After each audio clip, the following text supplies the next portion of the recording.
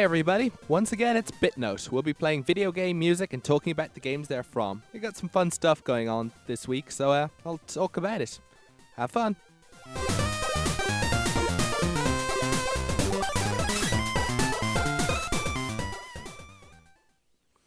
Alright. First up, I want to thank everyone who listened to the my Zork playthrough last week. It was a bit of an experiment, and I got a bit of a reaction. So I'm glad that trying to do something different from time to time pays off and keeps things interesting. But we're going to go back to the traditional show now of just playing some more video game music, and in the future we'll talk about looking at something else. Well, there was a very big event has happened this week. And it's going to impact on some of the songs I play. But before I do, I think I'm just going to play the music of a kind of a fairly old game for the PlayStation that I just finished playing this week. Have a listen to this.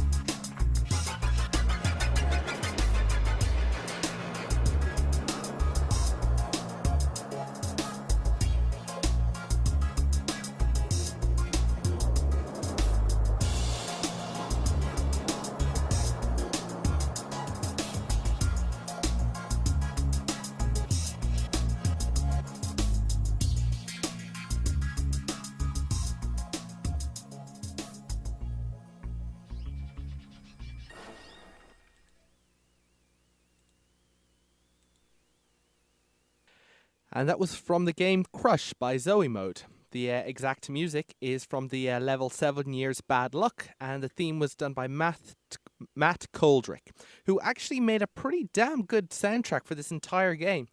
Crush is a game for the PlayStation Portable, or PSP, or what have you, and it's actually, there's been a recent kind of like remake, but just sort of like new revamped version for the 3D Nintendo 3DS called Crush 3D, and the idea is essentially, at least in the first game, what the gameplay in the two games is pretty much the same, even the levels.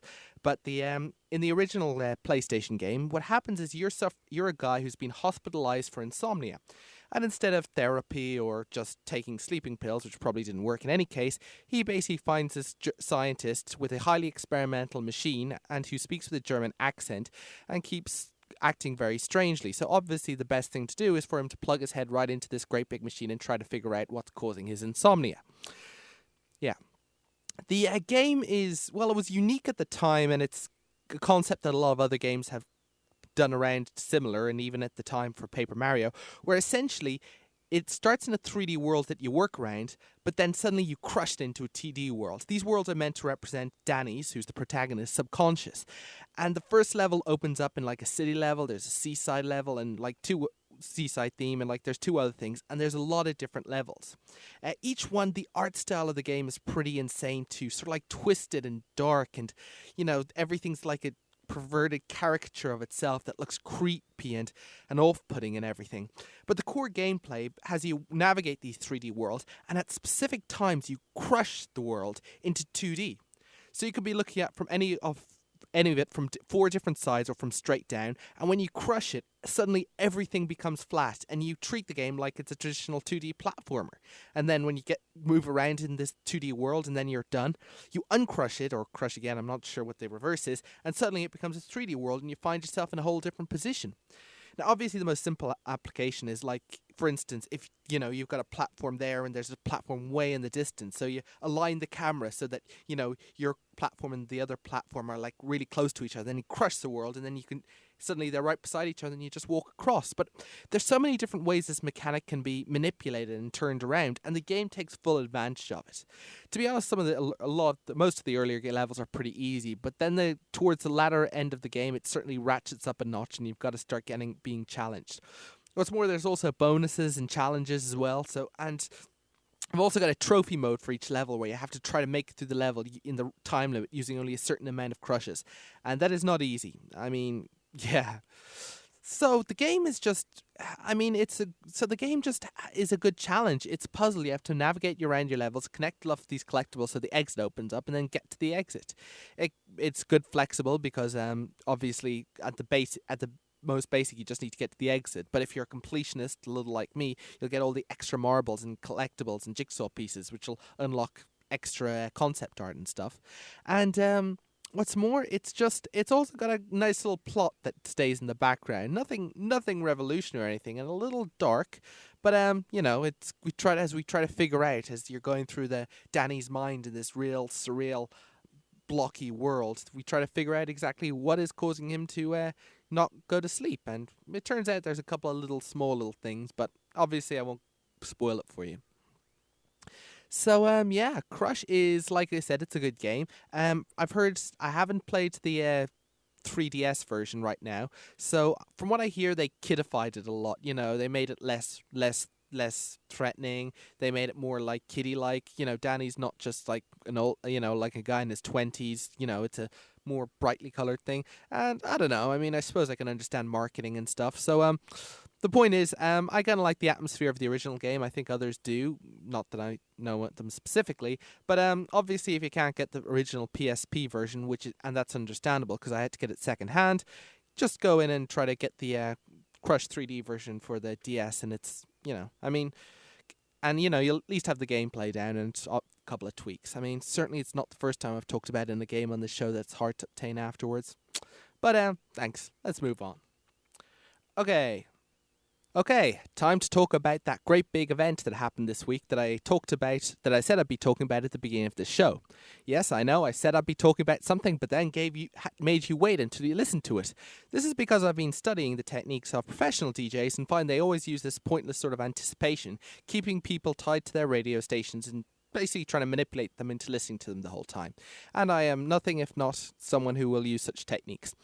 So, what's the event? The event is the Humble Indie Bundle 5.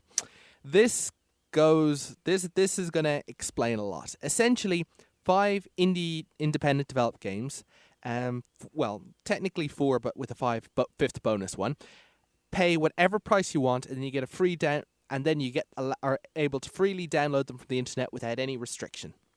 It's completely legal, of course. I don't advocate pirating games, although I know even if it's really hard to get the game otherwise, you just have to make sure that, you respect it and try to support the people who make the games. But that's a side issue. The point is, indie games or independent games are a little like indie cinema.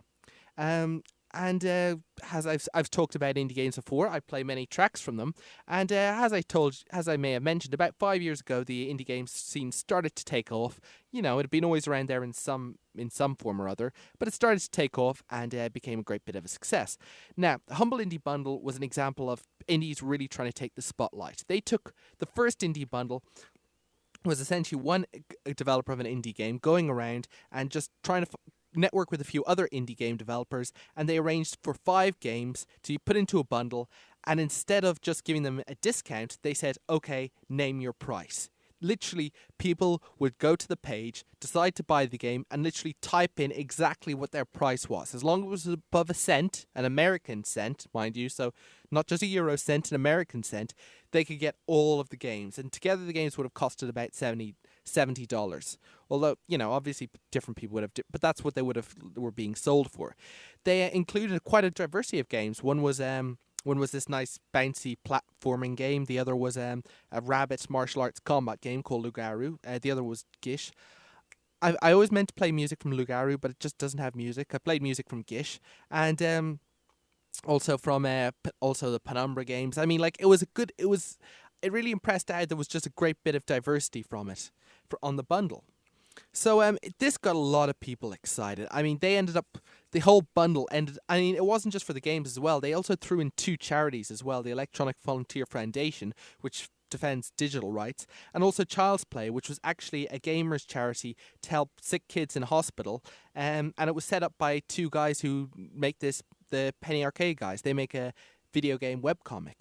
So essentially, it was donating to charity, getting 5 games for whatever price you determined, supporting indie development, and also supporting, DRM free. That's a whole side issue, but just basically no restrictions, and being able to download them whenever you want. I mean, to this day, I can go online and I can download the games that I got from the first bundle. So this was hugely popular. It went from websites, it went through all the social network, it was communicated. Gamers are a very networked bunch online.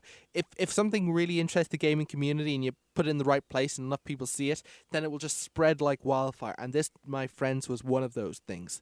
So it was a massive, massive success, the first Humble Indie Bundle. They raised over $1 million, seriously, both for the charities and for the indie game developers. And these were guys who just made small games and put them on the internet. I think Penumbra was the only ones, Penumbra made by Fictional Games, was the only ones that even had an actual physical box release that you'd see in shops. And even in that case, I think their publisher kind of screwed them over and most of their support was coming online. I mean, these were guys who were just working hard with no guarantee of payoff, making basic fun games that were all a little different from what you normally get. I mean, Lugaru was kind of fighting, but it was different. Penumbra was kind of first person, but it wasn't a shooter. It was also atmospheric and a bit horror and story driven. I mean, all these games were just going off in a different direction, similar to what we know of, but not quite the same, and they were just very creative. Gish, like I said, I've already gone on about how you have bouncing and jumping and sticking to stuff. So, I mean, a huge success to everyone involved. All these indie developers got to get huge amounts of got a lot of money, and a lot of people gamers got to play games they couldn't before. And what's more, this respected the gamer. This showed to the gamer, listen, we trust you. Gamers could have paid any amount, but they could have paid 1 cent, but they nearly always just paid a fair bit of money, and they really wanted to support the developer, and there were a lot of great contributors. Well, fast forward, and to this week, they released the Humble Indie Bundle 5. There have been a lot of bundles since then. I'm not sure I could even cover it. They've also thrown in a couple of bonus bundles, and essentially, the games are incredibly impressive. I mean, it's funny I mentioned Penumbra because it's in a way, spiritual succession. Look, it's made by the same guys, but also horror first-person shooter Amnesia: The Dark Descent is one of the games that is high quality. It's been mentioned everywhere. One of the biggest. There's also been Bastion, which is available on Xbox Live Arcade. Great graphics. A lot of people have talked about it. I haven't played most of these games. Super Brothers Sword and Sorcery EP also, and Limbo. I will, of course, the latter of which is also on it. I think Swords and Sorcery is already on the iPad, and Limbo is on the is on Xbox Live Arcade. I'm sorry I haven't actually played these games yet. I will certainly be rectifying that in time and probably playing their music tracks. Speaking of which, in the first Humble Bundle, they open source several of their video games. I'm going to have to cover open source in one of these episodes, but for this bundle, they've also, like they have in previous bundles, unleashed the soundtracks, not just to one game, but all of the games. So obviously that makes my job slightly easier when it comes to obtaining the tracks, because you won't believe how tricky it was to find the soundtrack for Crush. But of course, these games are hugely popular as well. These are just, it's amazing just how over time the quality is hugely improved, and these are quite classic games. And remember how early on I said the first bundle raised like $1 million? Well, this one has already, only after about 3 or 4 days into it, has raised 2.5 million. Seriously. And and it's still got the same charities as well, partially to Child's Play charity and also to the Electronic Frontier Foundation. Both great things, because digital rights are hugely part of... I actually haven't jumped onto the whole thing about digital rights, but sure, let's leave them for now. They affect us always, though. Trust me, they're affecting with the world of computers. Digital rights are becoming more and more important. But also, of course, helping sick kids in hospital and giving them times to enjoy and play video games. That's something that's always worthwhile. But yes, it's just amazing that this thing has been so successful. I mean, and it's great because it's helping indie game developers, and it's helping people who just want to just play good video games unhindered, just quickly download to their computer. These guys have done every effort they can to make things enjoyable for us, and I think that's always worth something. Okay, so what music am I going to play now? Well, obviously, as I said, I haven't played most of the games, but by a funny coincidence, just this week, I finished a game on the Xbox that is now available on the Humble Indie Bundle for Windows, Mac, and Linux. That's another great thing about the Humble Indie Bundle. They support all 3 computer platforms, Mac, Windows, and Linux. And I think that's great. And so for a couple of games, it's their first time being on Linux as well, which is great. And yes, this is one of the games was now released for them. It is a game called, well, have a listen to some of its tracks first.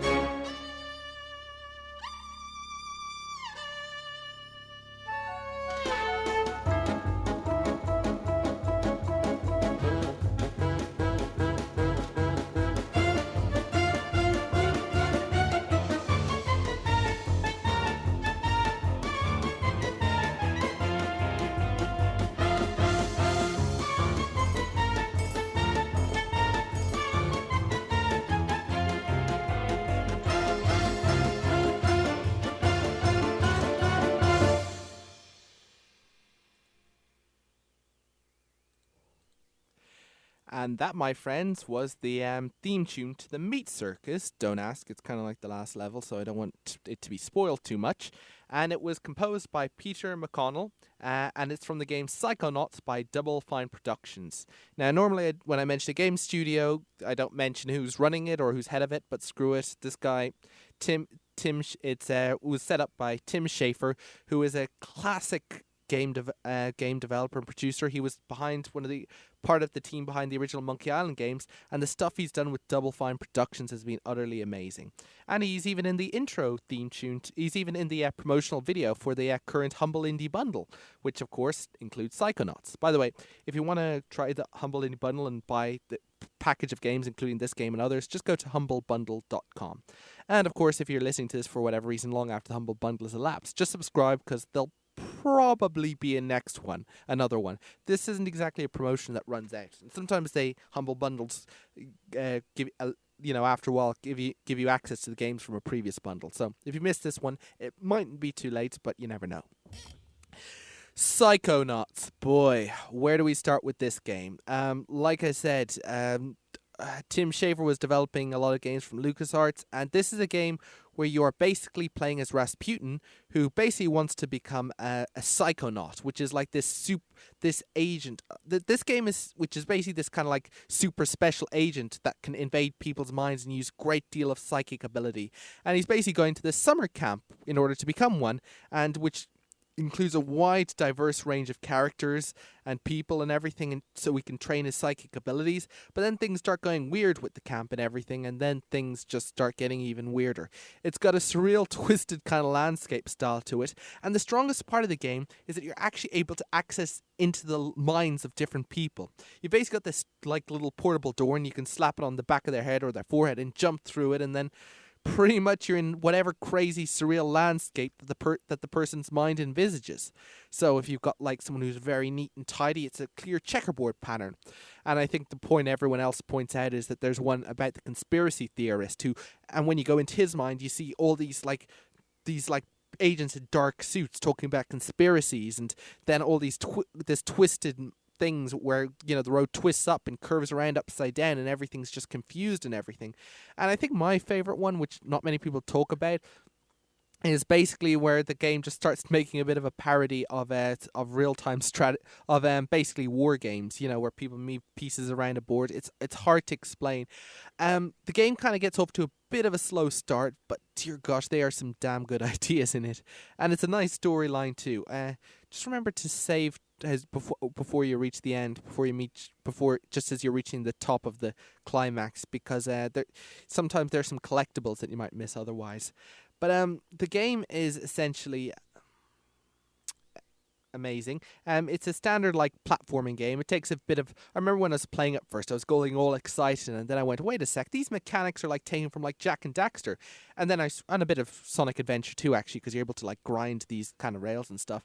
But I mean sometimes, to be honest, I'll have to be honest, there are people who love this game to death, but I always find sometimes the gameplay, or actually what you have to do, I always felt was just a little short in this game, but it's still got some wild imagination, and I think that's what people are so desperate for, I mean, a lot of gamers just love supporting Tim Schafer Double Fine Productions, because they do some crazy stuff. They did Brutal Legend as well, which is also something out of here.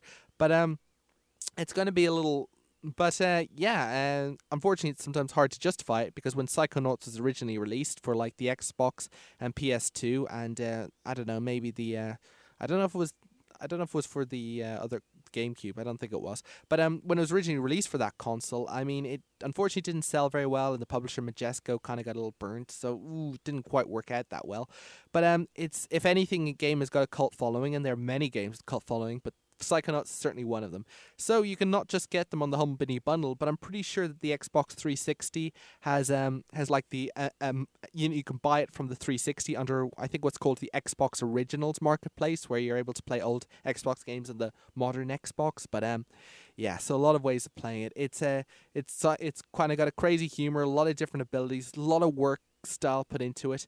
And I think I'm going to end by playing one of its classic title and end theme tunes, also made by the same composer. So this has been also made by Peter McConnell. So thank you very much. This has been David Collins with BitNote. Thank you for listening.